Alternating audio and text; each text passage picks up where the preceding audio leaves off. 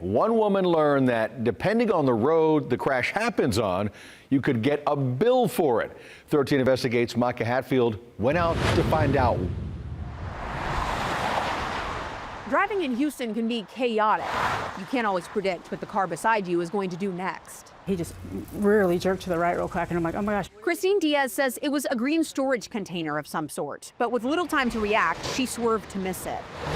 My back end hit the wall, and then it ricocheted and made my front end hit just on that side. Not a lot of body damage to the car, all things considered, but she lost her back tire.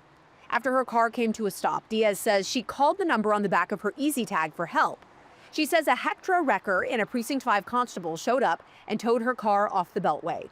She snapped a couple photos out of the back window of the wrecker, devastated about her Mustang that she loved that would end up being totaled. But it's the first car I fully paid off and had no payments on it for like a year and a half.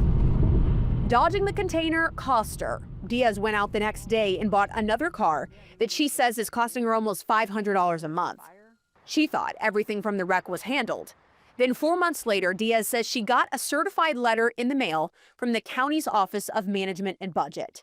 A $187 bill saying she damaged the concrete barrier and that it needed to be power washed and repainted from her crash. All for trying to miss debris in the road, that how long that had been there, so Harris County's not removing debris, but they'll send me a letter for that. We got a copy of Diaz's crash file from HCTRA. They took these photos of the damage, black marks they say her car left behind. Data that 13 Investigates got from HCTRA shows they filed just shy of 1,900 claims for damage to the toll roads from the beginning of 2024 to mid-2025. Diaz's damage was categorized as scuffs and scrapes. That's HCTRA's top claim category, according to data, with 1,245 claims filed in that year-and-a-half period. If you allow scuffs and scrapes to remain, it can compromise the integrity because it makes it susceptible to moisture. The next top categories are fleet damage, barrels, delineators. Those are the tall, skinny markers you often see by the toll booths, and guardrails. The top cause of the damage is minor crashes, according to the data, 986 of them, which is what Diaz's fell under, followed by major crashes, DWI, vehicle fire, and agency assist. Last year, data from HCTRA shows they filed claims totaling $1.5 million against drivers for damage. Through June of this year, $375,000. HCTRA's Assistant Director of Communications, Tracy Jackson, says if there's damage that they cannot link to a specific driver, then HCTRA is forced to absorb the cost. The only revenue that HCTRA gets is from tolls. There is no other revenue source. So if we were to not recoup damages done by private vehicles, then that would put an unfair burden on other motorists.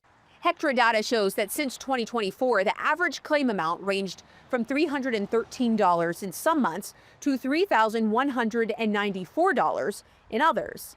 13 Investigates reached out to the Fort Bend County Toll Road Authority, who says they also charge drivers for damage to their roads. But TxDOT, that manages 45, 59, and I-10, to name a few, tell us they do have the ability to charge drivers, but they're not aware of any recent cases where they have. I think it's maintenance because I pay my taxes for that. I pay out the nose to go through the tolls. And it really is scuffs and scrapes. We can't budget for a collision that we don't know is going to happen. And so again, depending on how often it happens, that would force us to exceed that budget every single year. And we don't want to do that. Diaz wrote letters to HCTRA asking for more information, bringing up that there was debris in the road that caused her crash. The county attorney's office ended up sending her a letter with their intent to file a lawsuit if she didn't pay the $187. Her insurance company paid it. Diaz tells us it was never about the money. It was the principle. Because it seems like you're double, tripping, quadruple dipping, which doesn't seem very fair or legal to me. We did ask HCTRA about debris, since that's what Diaz says she hit. They told us they have 13 crews that work 24/7, 365 days a year, picking up debris. As far as the green tub that Diaz says she swerved to miss, they say they don't know how long that had been there. Micah Hatfield, ABC 13 Eyewitness News.